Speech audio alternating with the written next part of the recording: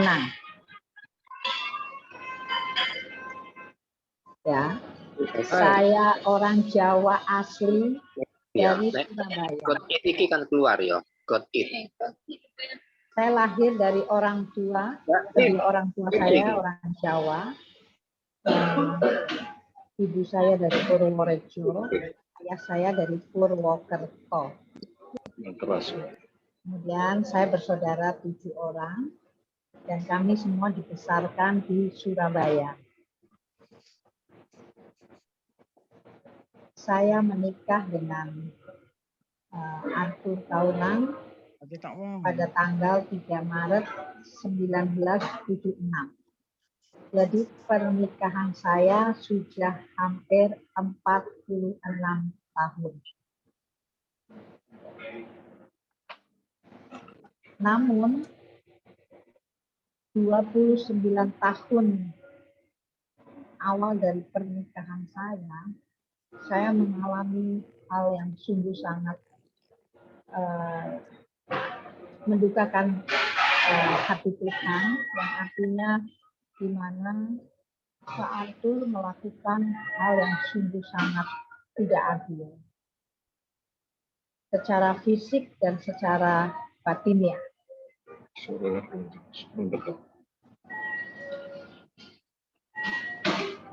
Bisa didengar? Ya. Ya. Silakan lanjut. Ya. Dalam awal pernikahan saya tentu semua merindukan sesuatu yang sangat bahagia. Namun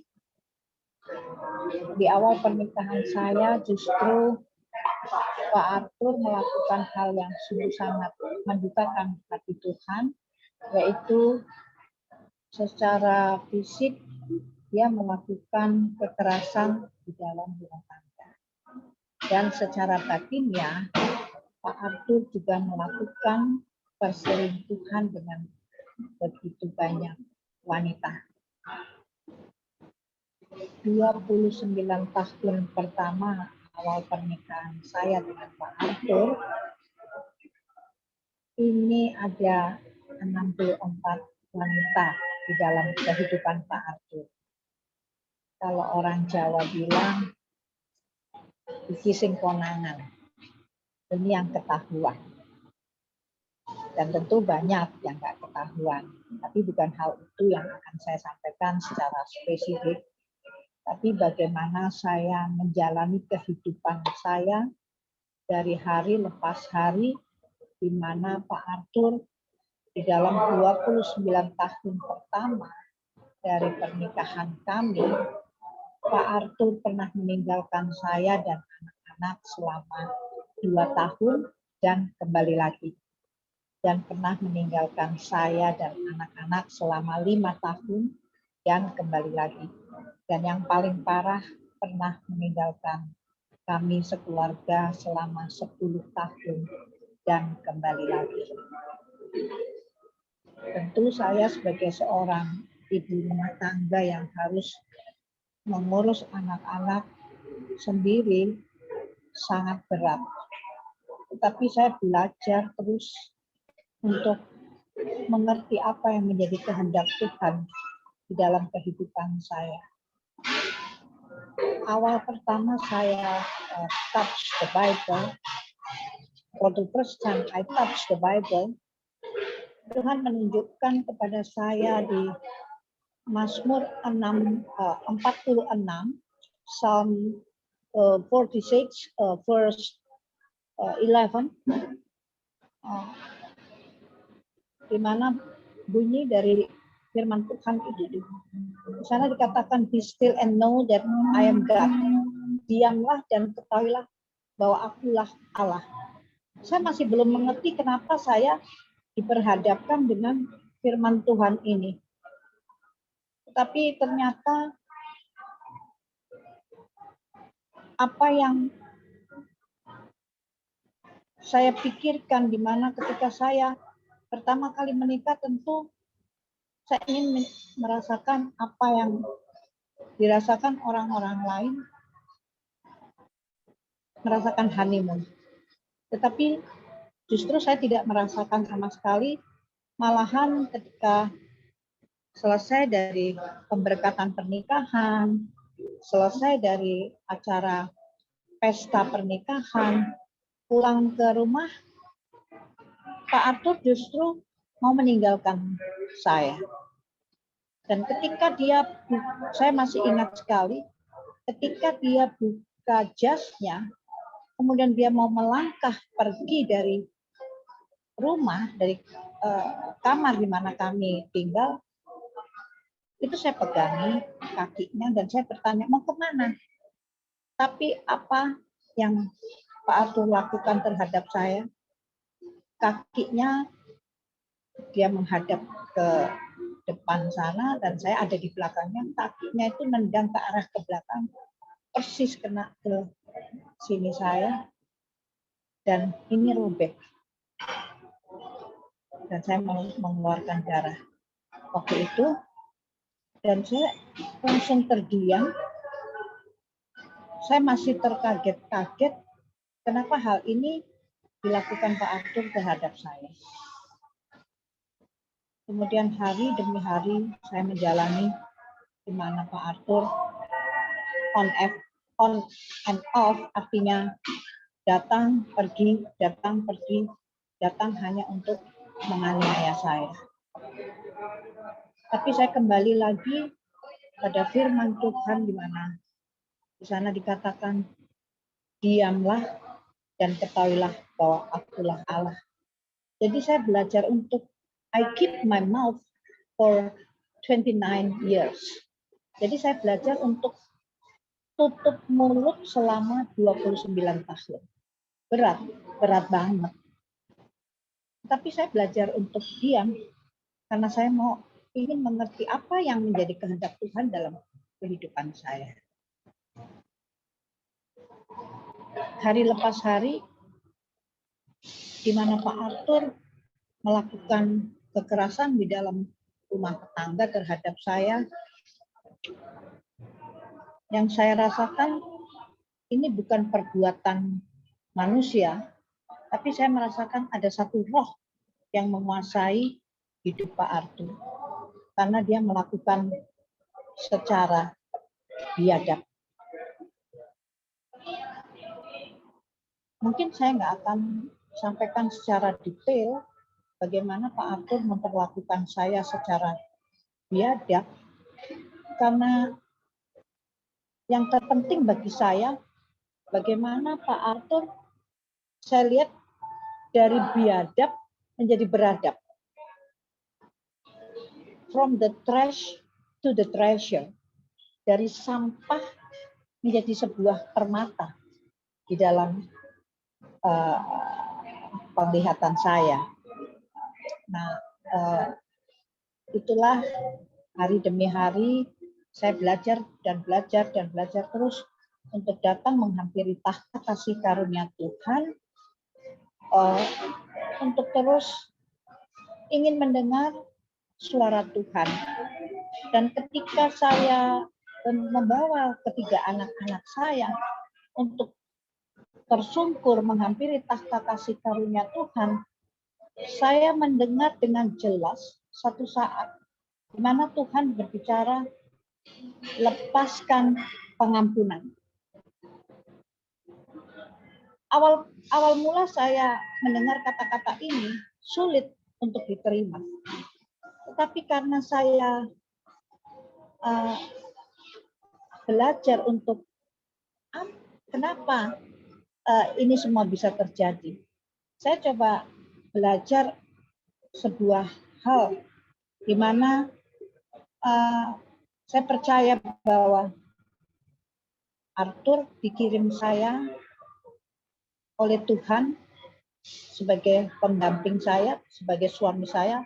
Ini adalah sebuah anugerah. Jadi bukan sebuah malapetaka. Jadi bagi saya sebuah anugerah yang Tuhan berikan kepada saya tentu harus saya pelihara dengan baik. Oleh sebab itu, walaupun Pak Arthur pergi meninggalkan kami begitu lama, kemudian balik lagi, kemudian kalau balik memperlakukan saya secara tidak adil, saya tetap berdoa, saya tetap melepaskan pengampunan, dan saya mohon Tuhan melindungi Pak Arthur. Dan di dalam doa saya selalu ada suara lepaskan pengampunan, berikan kasih-Mu. Jadi I have compassion. Jadi saya memiliki rasa kasih itu sehingga saya bisa melepaskan pengampunan dari hati saya yang dalam. Dan ketika saya mau melakukan apa yang menjadi kehendak Tuhan, Tuhan berperkara dalam hidup saya, di mana saya melihat dengan mata kepala saya, Pak Arthur dilepaskan dari belenggu roh perzinahan, dilepaskan dari belenggu roh kekerasan di dalam rumah tangga, dan sekaligus Tuhan memberikan saya mahkota kehidupan, yaitu Pak Arthur dikembalikan kepada saya, dan saya sekarang menerima cinta yang sejati dari Pak Arthur Kaunang kembali. Haleluya. Amin.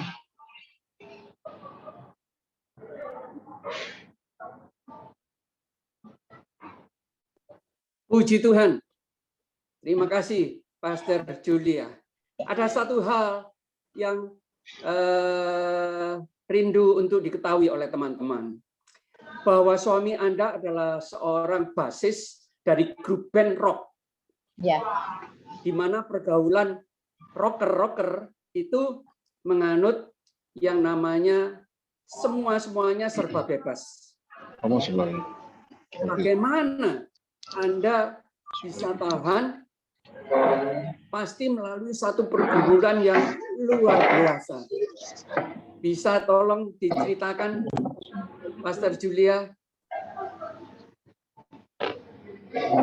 apa yang Anda telah lakukan dalam menghadapi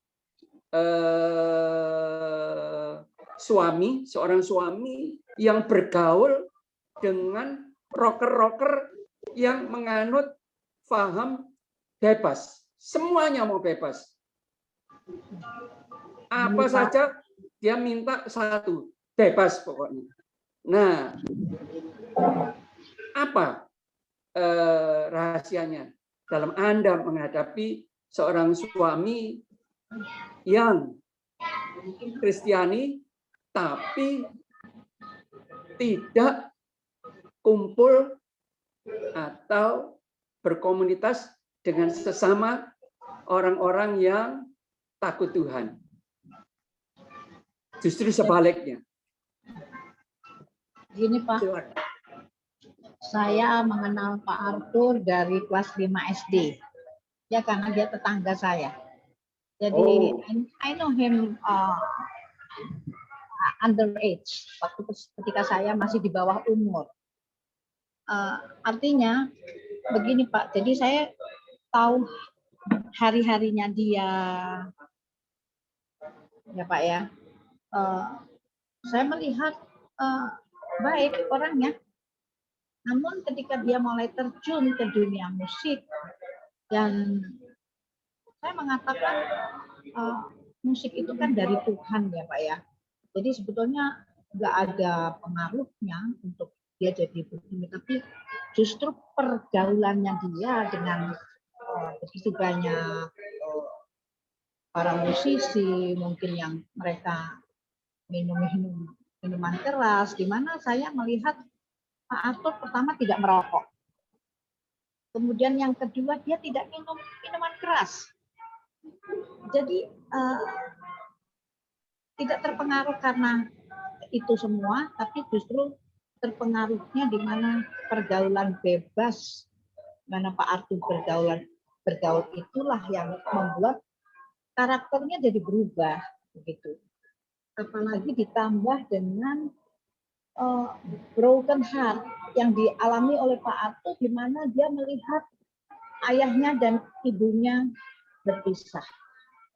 Jadi tidak ada role model yang Arthur miliki dari orang tuanya, terutama ayahnya yang tidak bersama-sama dengan dia. Dia hidup bersama ibunya dan kakaknya satu-satunya. Dia bersaudara 2 orang. Dan saya melihat hari-harinya lebih banyak diam, Pak.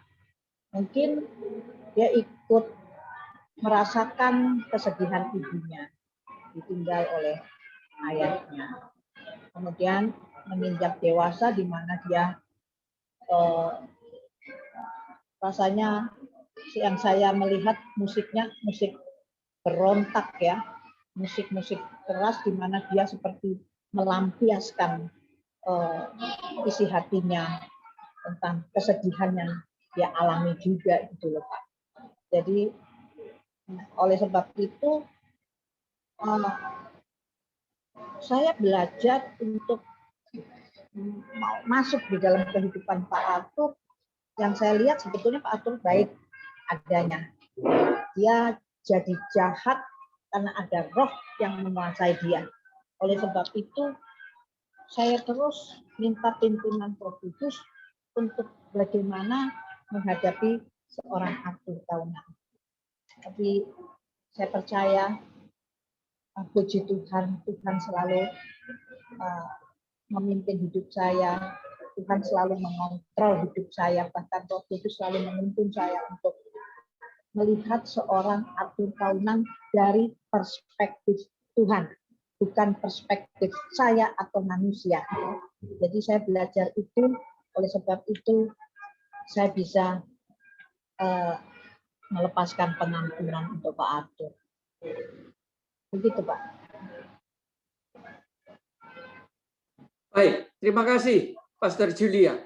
Ya. Yang terakhir, Anda dari faham kepercayaan seberang. Bagaimana Anda bisa terima Kristus saat pertama kali Anda mengalami pertobatan dan menerima Kristus sebagai juru selamat Anda? Ya Pak. Waktu kecil, karena kami bertetangga, dulu sering rame-rame kita masuk ke gereja. Saya tinggal di daerah Darmo di Surabaya. Saya tinggal di Jalan 4, depan markas Marinir. Tidak jauh dari gereja GPIB Ebenezer di Jalan Bintoro, Surabaya. Nah, kita rame-rame masuk gereja. Saya merasakan senang gitu kalau bisa masuk ke gereja, karena kan biasanya gereja itu bersih sekali, terus tempat duduknya rapi. Saya coba ikut duduk di situ, saya dengarkan puji-pujian, tapi hanya sebatas itu saja. Kemudian waktu masuk SMA kelas 1, saya mulai menjalin hubungan dengan Pak Arthur. Di situ saya mulai belajar mempelajari apa yang dianut oleh Pak Arthur. Dan ketika mulai masuk perguruan tinggi, di mana saya masuk di Universitas Kristen Indonesia di jurusan sastra Inggris, di situ saya bergaul dengan begitu banyak orang-orang Kristen, dan mereka mengatakan kepada saya begini, Pak, Yul, kamu nanti mau nikah sama Arthur. Nah, saya bilang nggak tahu, karena saya kan nggak tahu siapa nanti jodoh saya. Tapi mereka mengatakan begini, lu sebaiknya ikut kita deh, katekesasi. Lalu saya tanya, apa sih katekesasi? Lalu nah kita kan seorang mahasiswa Pak ya, segala sesuatu pasti kita analisa. Jadi waktu saya belajar untuk menganalisa apa itu yang namanya katekesasi, dan saya mulai banyak baca buku.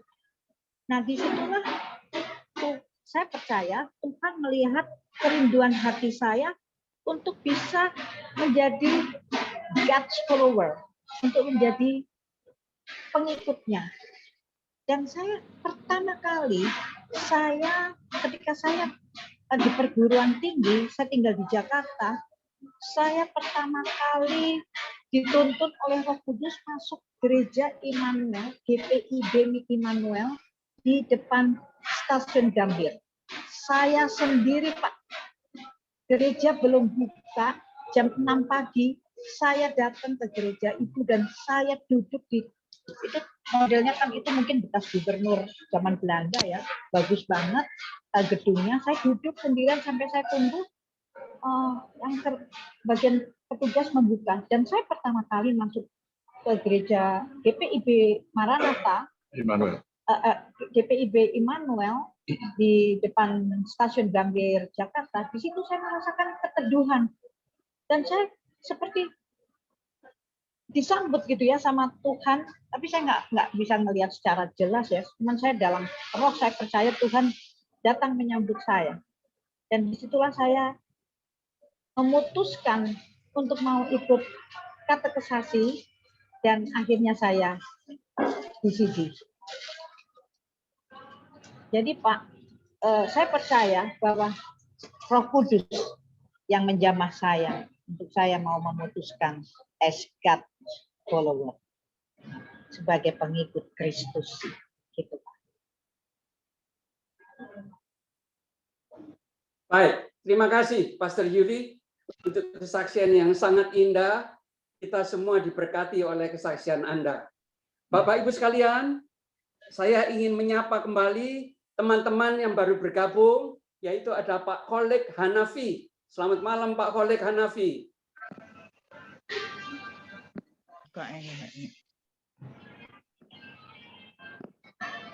Juga ada Ibu Maria. Ini Ibu Maria yang Jakarta, Surabaya, atau Jember.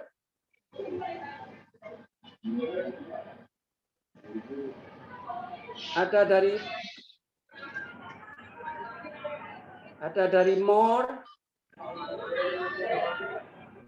Nona Sylvia, Ibu Natasha, selamat malam. Ada Pak Nelson Bolilanga dari Sulawesi, tempatnya Nekel ini, Pak Nelson. Apa kabar Pak Nelson?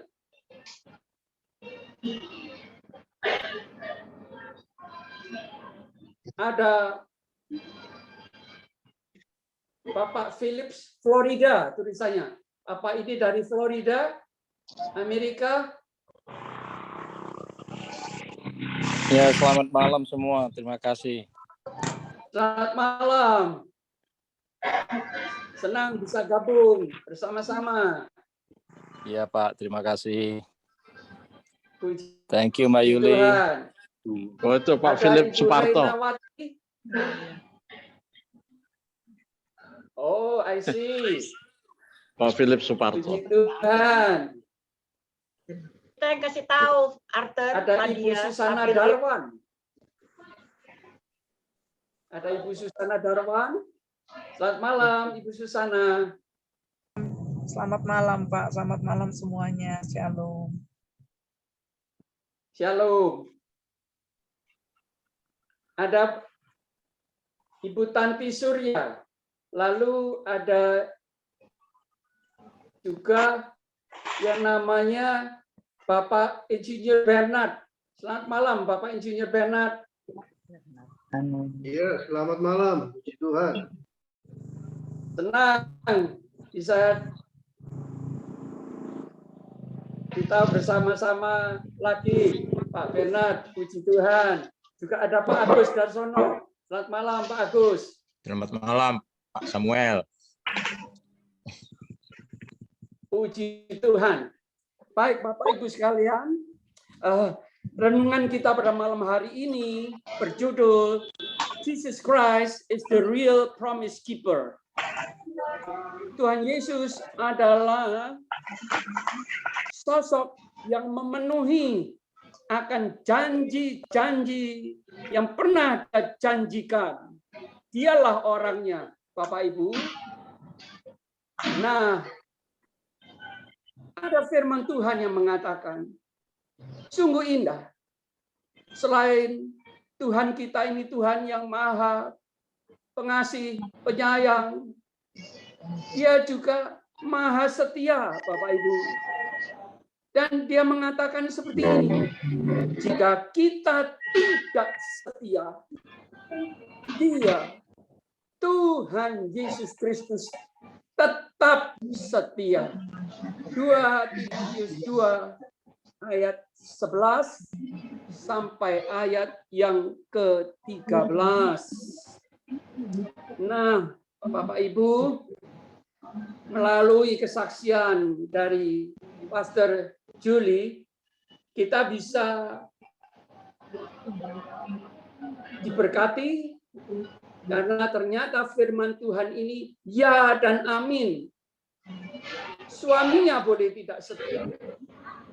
Suaminya boleh menganiaya dia secara fisik, KDRT, juga secara batin, tapi janji Tuhan ya dan amin. Haleluya. Dan itu dipegang erat-erat oleh Ibu Yuli. Dan dia percaya bahwa satu kali kelak suaminya akan berubah. Dan luar biasa.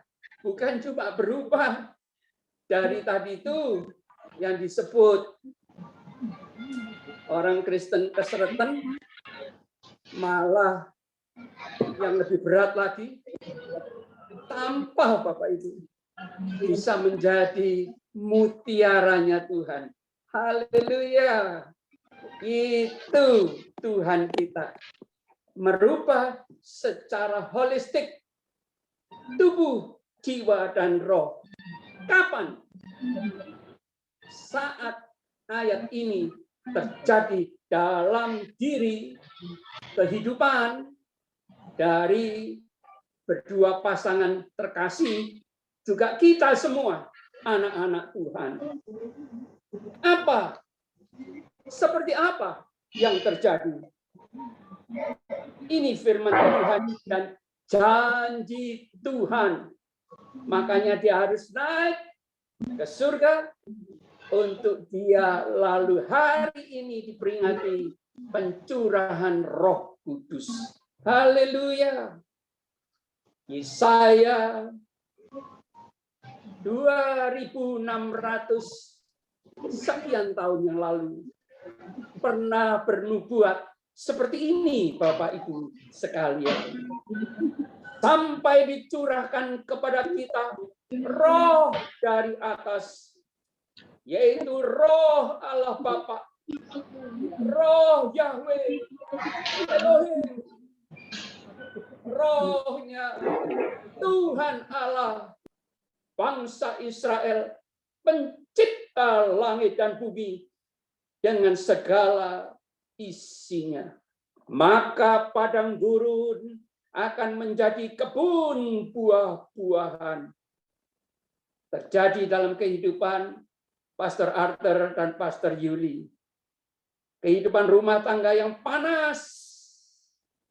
Karena di padang gurun hanya ada semak belukar. Ada pohon, ada. Namanya kaktus, penuh dengan duri. Tidak bisa dimakan, tidak bisa dinikmati. Dan kebun buah-buahan itu akan dianggap hutan. Berarti kebun buah-buahannya ini lebat, bukan cuma daunnya, tapi berbuah lebat. Dan itu bisa kita lihat dari kehidupan Pastor Arthur dan Pastor Yuli. Mereka sekarang menjadi gembala, Bapak Ibu. Dari satu gereja yang 80% diisi dan beranggotakan kaum milenial, kaum muda di Jakarta. Luar biasa. Di padang gurun selalu akan berlaku keadilan. Ini adalah buah terang, Bapak Ibu.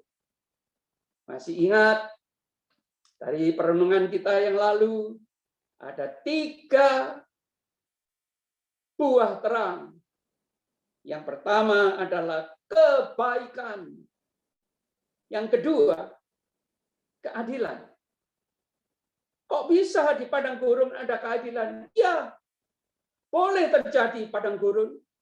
Boleh terjadi aniaya-aniaya, bahkan KDRT di dalam rumah tangga. Tapi yang memegang janji Tuhan erat-erat dan percaya kepada Tuhan dan hidup benar, dialah yang akan menerima jawaban positif dari Tuhan. Haleluya. Dan ternyata Tuhan adil. Karena apa? Yang mengalami padang gurun, berpegang pada firman Tuhan dan percaya bahwa doa-doanya akan dijawab oleh Tuhan, terjadilah keadilan. Yang dulu seorang rocker, sekarang menjadi seorang testimonial. Haleluya. Menjadi pesaksi. Kemana-mana Pastor Arthur dan Pastor Yuli pergi bersaksi untuk kemuliaan nama Tuhan. Dan di kebun buah-buahan akan tetap ada kebenaran. Buah terang nomor 3, kebenaran. Haleluya.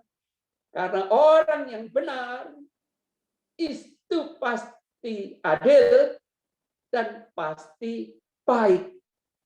Pasti betul. Dan kehidupannya, pola berpikirnya, mindsetnya, hatinya, pikirannya, tingkah lakunya baik. Kenapa? Benar. Jadi kalau benar, pasti baik. Janji Tuhan. Di mana ada kebenaran, di situ akan tumbuh damai sejahtera. Haleluya. Dan akibat kebenaran ialah ketenangan. Setelah damai, peaceful, lagunya damai sejahtera turun ke bumi bagi orang kesudian Allah.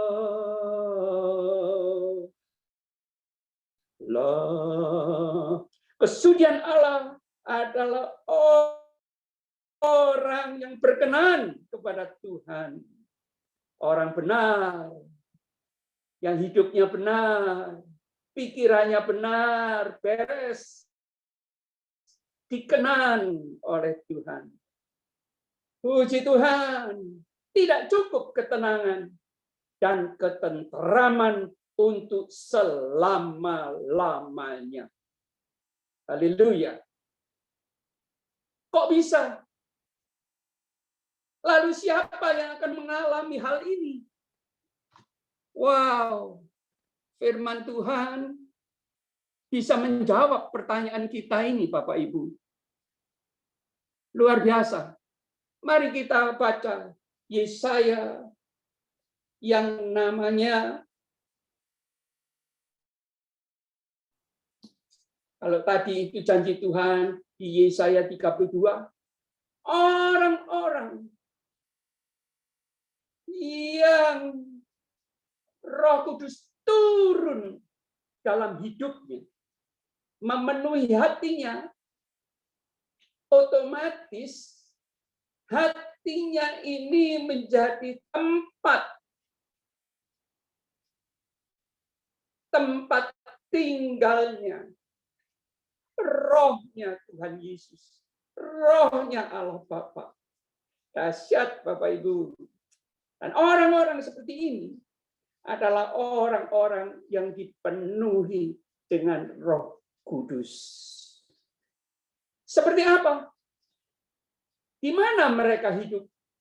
Dijawab oleh Yesaya 33 ayat ke-14b. Begini bunyi firman Tuhan. Yesaya 33 ayat 14b. Mereka berkata, siapa mereka ini? orang-orang berdosa, yang tinggal di Sion. Orang Israel, tapi masih hidup di dalam dosa. Dan mereka berkata seperti ini, siapakah di antara kita orang percaya yang dapat tinggal dalam api yang menghanguskan, menghabiskan ini? Siapakah di antara kita orang-orang pilihannya Tuhan yang dapat tinggal di perapian yang abadi ini? Mungkin pada waktu sebelum Pastor Arthur dijamah oleh Tuhan, berkecamuk dalam hati, pikiran, dan kehidupan pola pikir dari Pastor Yuli. Sama seperti pertanyaan ini. Siapa yang bisa tahan hidup dalam perapian ini? Panas, padang gurun. Ayat yang ke-15. Orang yang hidup dalam kebenaran, yang berbicara dengan jujur, yang menolak untuk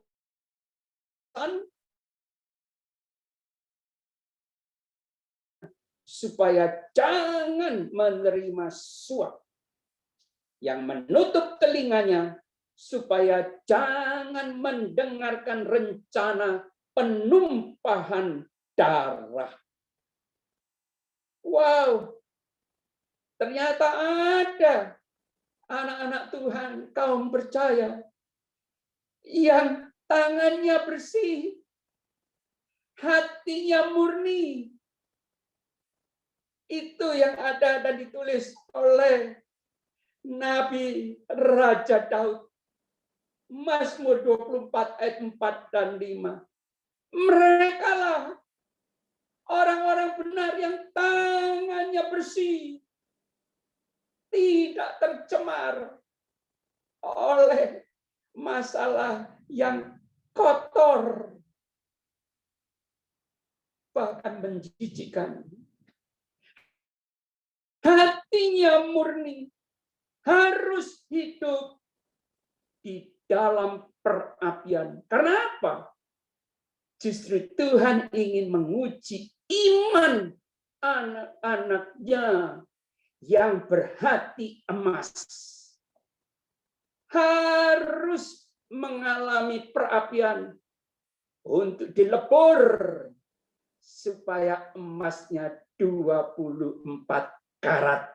Tidak ada kotoran, tidak ada tembaga, tidak ada besi, tidak ada lain-lain campuran.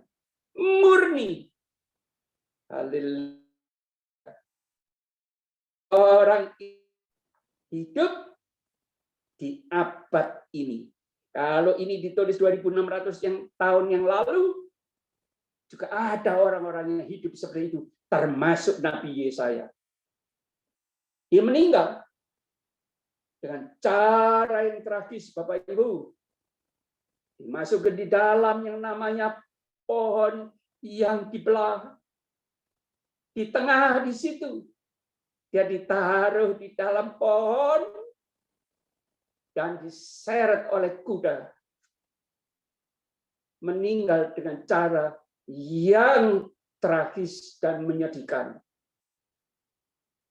Jiwanya boleh meninggal, tetapi rohnya tetap menyala-nyala, yang telah membakar roh Anda dan roh saya. Haleluya. Karena apa? Karena firman Tuhan ya dan amin. Manusianya boleh dibakar, manusianya boleh mati, tersiksa, dan dianiaya. Tetapi rohnya bangkit. Haleluya. Luar biasa firman Tuhan ini, Bapak Ibu sekalian. Orang yang hidup dalam kebenaran, yang berbicara dengan jujur, yang menolak untung hasil pemerasan, yang mengebaskan tangannya supaya jangan menerima suap, bisa mengomong tidak terhadap yang jahat. yang tidak jujur, yang menutup telinganya supaya jangan mendengarkan rencana penumpahan darah. Ada orang-orang jahat yang ingin membunuh, menghancurkan, menyusahkan hidup orang lain. Kita tutup telinga karena kita hanya ingin buka telinga kita untuk mendengar firman Tuhan yang hidup dan menghidupkan kita. Haleluya. Lalu yang menutup matanya supaya jangan melihat kejahatan. Abad ini, Bapak Ibu, abad sosmed. Kita buka yang namanya perangkat sosmed ini, yang namanya gadget. Bermunculanlah yang namanya roh jahat, roh najis, yang kotor, yang selalu mengganggu kita anak-anak Tuhan untuk bisa hidup kudus. Roh cabul, roh perjinahan sedang gentayangan melanda dunia, bukan cuma Indonesia. Berapa banyak orang-orang yang punya kedudukan tinggi sebagai orang-orang yang mempunyai jabatan yang mestinya luhur, yang mestinya terhormat, jatuh. Terpaksa harus melepaskan jabatannya. Karena satu kata, terlibat skandal perselingkuhan, perjinahan. Apakah semua orang akan jatuh? Tidak. Sama seperti Sadrah, Mesah, Abednego, Daniel, dan Yusuf zaman dahulu. Juga Stefanus, penuh dengan Roh Kudus, bisa mengatakan percabulan yang sedang merajalela. Firman Tuhan mengatakan, dialah seperti orang yang tinggal aman, damai sentosa, di tempat-tempat tinggi. Maksudnya hidup di dalam kekudusan. Bentengnya ialah kubu di atas bukit batu. Apa bentengnya itu? Iman yang teguh, mantap, tidak tergoyahkan. Itu yang dimaksudkan. Bentengnya ialah kubu di atas bukit batu. Dan Tuhan memberi ponis dan janji. Rotinya disediakan. Air minumnya terjamin. Haleluya. Itu adalah janji Tuhan untuk Anda dan saya, Bapak Ibu, yang mau hidup dipimpin oleh Roh Kudus. Dan orang-orang yang dipimpin oleh Roh Kudus ini bukan hanya merayakan saat Roh Kudus dicurahkan, tidak. Setiap hari, setiap jam, setiap detik dalam kehidupannya, dia rela dan mau dipimpin oleh Roh Kudus yang selalu dia undang untuk tinggal di dalam hatinya. Kalau hatinya penuh dengan Roh Kudus, maka pola pikirnya, sorotan matanya, pola dan tingkah lakunya, kata-katanya akan keluar firman Tuhan. Dan itu yang dikehendaki oleh Tuhan.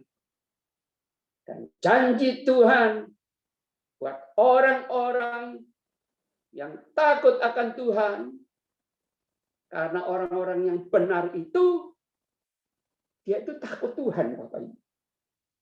Dan dia termasuk orang yang diberi hikmat oleh Tuhan. Bukan saya yang bicara. Mari kita lihat di dalam kitab Mazmur. Mazmur 37.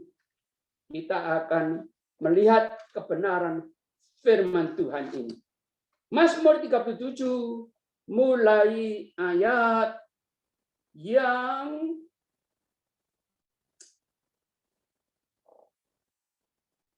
ke-23.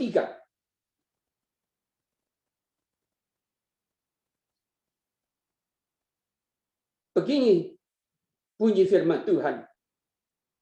Mazmur 37 ayat yang ke-23. Tuhan menetapkan langkah-langkah orang yang hidupnya berkenan kepadanya. Haleluya. Apabila ia jatuh, tidaklah sampai tergeletak, sebab Tuhan menopang tangannya.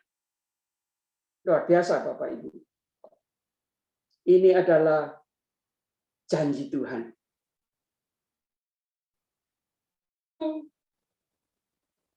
Aku muda, kata si pemazmur Raja Daud.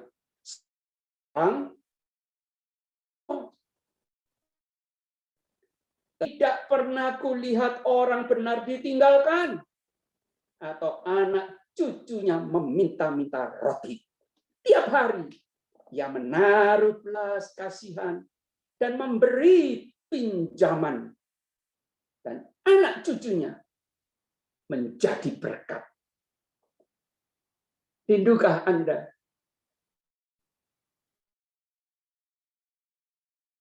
seperti ini? Kuncinya adalah Anda dan saya harus mau selalu dipimpin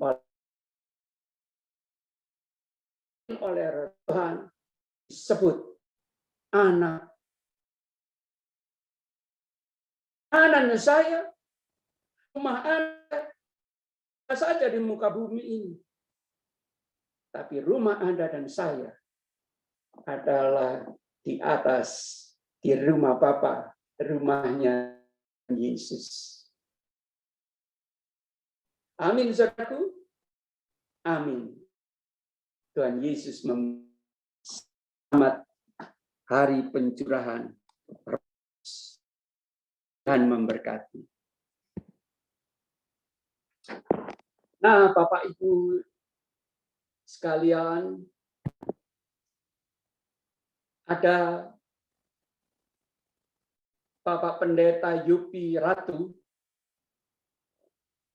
dari grup STT Tiranus yang didirikan oleh dosen saya tercinta. Beliau adalah juga dosen di STT Cipanas ketika saya studi di STT Cipanas. Lalu beliaulah Prof. Dr. Stanley Hill, ahli atom, dosen luar biasa ITB, yang merawat saya ketika saya sakit. Nah, sekarang kita berjumpa dengan anak didiknya, Bapak Pendeta Yupi Ratu, untuk bisa memberikan ulasan. Dipersilakan Bapak Pendeta Yupi Ratu.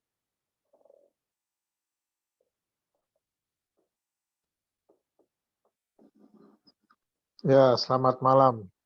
Selamat malam, Pak Pendeta. Terima kasih karena saya diminta. Memang kadang-kadang saya bisa ikut dan kadang-kadang nggak bisa. Tapi malam ini saya senang karena mendengar lagi kembali apa sih yang menjadi pergumulan kita. Dan terima kasih ada rekan yang saya sudah kenal pada masa lalu, Arthur Kaunan. Dan beliau adalah memang pemain musik yang luar biasa yang Tuhan pakai sebagai manusia, tetapi bersyukur punya istri yang setia, tabah. Ya, jadi inilah hidup ya. Jadi apa yang disampaikan tadi, kadang-kadang kita lihat mundur ke belakang, ada banyak hal ketika kita melewati fase-fase yang tidak mudah, ya kan? Jadi kalau saya cerita sedikit, sebentar nanti saya akan sampaikan satu firman Tuhan yang mengubah saya, termasuk bagaimana menuntut saya dengan apa yang disampaikan tadi. Sebenarnya saya ini adalah, kan papa saya meninggal pada tahun ini wis bukan ke ngomong ngomong biasa le ayang ini wis di kamar. Cino. Jadi papa saya meninggal pada tahun 65, 1 bulan setelah G30S. Nah, itu sebabnya saya anak nomor 2 yang marah dan kecewa karena papa saya pindah dari Jakarta. Saya di Kramat 7, tinggal di Kramat 7, dan sekolahnya itu di sekolah Katolik di depan. Setelah itu saya di PSKD, ya. Dan pindah ke Bandung, tetapi 3 tahun papa saya meninggal karena dikerjain pada waktu itu. Karena papa saya membereskan, diminta sama zamannya Soekarno untuk membereskan. Jadi para pemimpin kantor pajak itu disuruh bereskan kantor-kantor pajak lah artinya. Dan memang itu yang membuat saya kecewa, marah. Jadi saya cari orang yang katanya bunuh papa saya dengan guna-guna. Memang saya tahu dia mengerjakan papa saya, tetapi saya belajar ilmu, satu ilmu. Akhirnya saya cari dia, tetapi dia meninggal. Nah, disitulah saya di markas KAPI pada waktu itu, di Medan Merdeka Timur 14, itulah markas saya pada waktu itu. Dan kemarahan yang luar biasa, dan waktu saya tahu bahwa orang yang katanya bunuh papa saya meninggal, itu yang membuat saya frustasi. Ya. Jadi, tapi tiap Natal, itu saya di Gambir itu ada GPIB. Ya. Karena latar belakang saya sebenarnya adalah waktu di Kramat 7 juga GPIB Maranatha, GPIB. Jadi sehingga itulah yang membuat saya ke gereja selalu. Tapi itu kalau Natal aja atau malam tahun baru. Tapi akhirnya saya datang ke Bandung, saya menyerahkan saya kepada Tuhan. Saya ke tempatnya Pahit, saya tinggal di Gandapura, jalan kaki sebentar, cuma 3 menit, 4 menit udah sampai ke Cihapit. Nah, disitulah rumahnya Pahit. Nah, disitulah Tuhan mengubah saya pelan-pelan. Dan akhirnya saya menyerahkan hidup saya kepada Tuhan. Nah, malam ini apa yang disampaikan tadi adalah satu kilas balik, tetapi yang kita lihat adalah apa sih yang Tuhan mau lakukan untuk kita semua. Dan saya percaya bahwa apa yang Tuhan sedang kerjakan buat masing-masingan kita, itu adalah ya luar biasa kalau buat saya. Tapi yang saya ingin katakan pada malam hari ini, ayo kita sama-sama menyerahkan totalitas hidup kita, dan saya bersyukur sejak tahun 60 saya menyerahkan hidup pada Tuhan, ya. Dan setelah itu hidup sampai hari ini adalah saya hidup dalam anugerahnya. Jadi ya itulah sedikit kesaksian yang saya bisa sampaikan, dan satu ayat yang saya mau baca ya, untuk mengingatkan kita semua dari Wahyu 3 ayat 6. Tetapi Kristus setia sebagai anak yang mengepalai rumahnya, dan rumahnya ialah kita. Rumahnya ialah kita. Ini ayat yang saya paling senang sekali. Jika kita sampai kepada akhirnya teguh berpegang pada kepercayaan dan pengharapan yang kita megahkan. Jadi kita bersyukurlah Tuhan ada di dalam kita. Nah, apa yang disampaikan tadi, Pahit meninggal tahun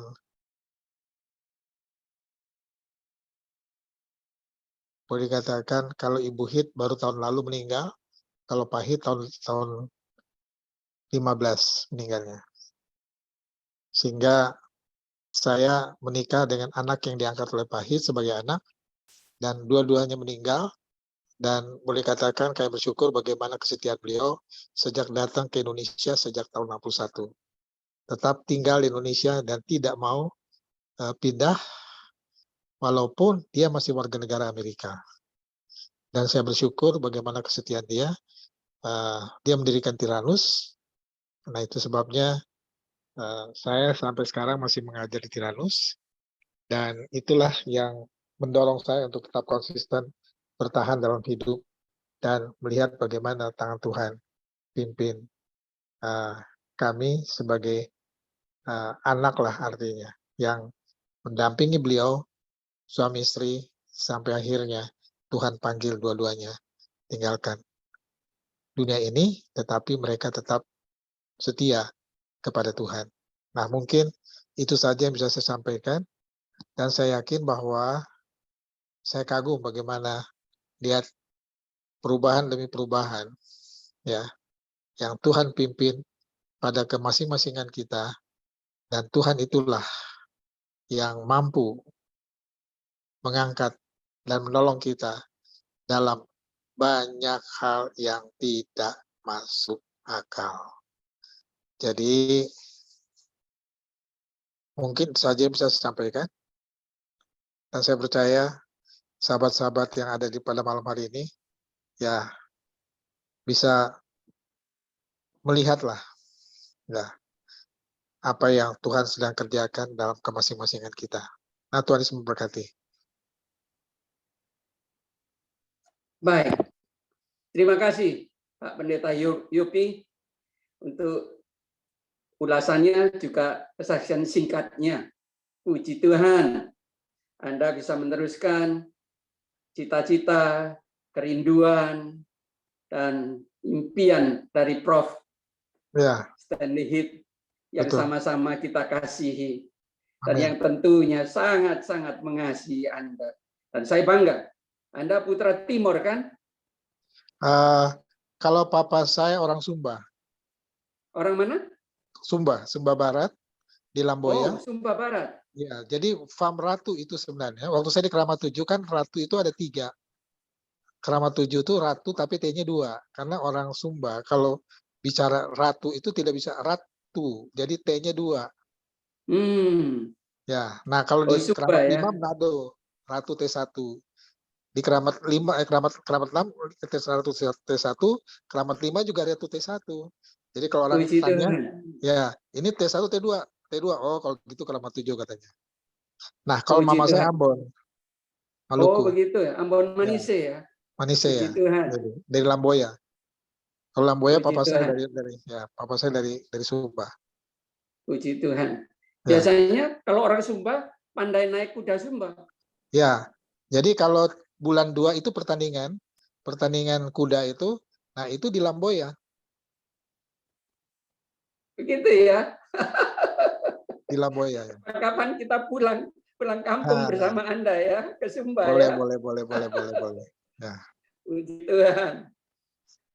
Baik, sebelum doa penutup, boleh saya sapa teman-teman yang baru gabung dengan kita. Ada yang namanya Ibu Ana Maria dari Kota Nikel. Selamat malam, Bu. Iya, selamat malam Pak Sam. Saya terlambat. Juga Baru ada pulang dari kita sudah yang terlambat. namanya Gaci. Selamat malam, Gaci. Puji malam. Ada Ibu Rosi di sini. Selamat malam, Bu Rosi, Bu Sylvia. Malam. Puji Tuhan. Puji Tuhan. Baik, senang sekali malam hari ini kita boleh bersekutu bersama-sama. Dan kita akan kumpul lagi 2 minggu lagi. Kita akan mendengar kesaksian dari seorang hamba Tuhan yang dia adalah seorang pebisnis, dia adalah seorang insinyur, namanya Pak Leo Santa, dipanggil Tuhan dan dia sekarang melayani di Pulau Nias, Bapak Ibu sekalian. Puji Tuhan. Nah, Bapak Ibu, mari kita akan berdoa, doa penutup yang akan dipimpin oleh Bapak Pendeta Yupi sekaligus dengan doa berkat. Dipersilakan Bapak Pendeta Yupi. Sahabat-sahabat yang hadir pada malam hari ini, mari kita satukan hati dan kita berdoa dan kita minta belas kasih Tuhan. Kami bersyukur Tuhan karena Engkau begitu baik. Terima kasih Tuhan, Engkau telah memanggil suami istri yang Engkau pakai maksimal untuk kemuliaan nama-Mu. Dan kami kagum Tuhan bagaimana latar belakang setiap kami adalah orang-orang yang tidak berdaya atau orang yang terikat pada kebiasaan atau mungkin dosa-dosa pada masa lalu. Tetapi kami yakin Tuhan ketika Engkau melepaskan kami, Engkau menebus kami, dan kami kagum Tuhan bagaimana Engkau sendiri mengangkat kami dan Engkau menempatkan kami pada tempat sesuai dengan kerinduan-Mu. Itu sebabnya Tuhan Yesus berkati kami semua yang hadir pada malam hari ini, sehingga kami tidak ragu-ragu untuk tetap mempertahankan apa yang sebenarnya Engkau rindukan untuk kami lakukan bagi kemuliaan nama-Mu. Terima kasih Tuhan Yesus. Di dalam nama Allah Bapa, Anak, dan Roh Kudus, kami menyerahkan kami hanya kepadamu. Dan kami yakin, bukan hanya malam ini, tetapi esok, lusa, dan seterusnya, Engkau tetap menjaga kami, khususnya di Indonesia ini maupun di luar dari negeri ini. Dan kami percaya Tuhan, Engkau sangat-sangat mengasihi kami. Di dalam nama Allah Bapa, Anak, dan Roh Kudus. Haleluya, haleluya. Amin. Tuhan Yesus memberkati. Amin. Terima kasih. Ya. Ya, shalom Terima kasih. semua. Selamat malam. Selamat malam. Iya. Selamat malam. Itu Shalom. Bu Ana.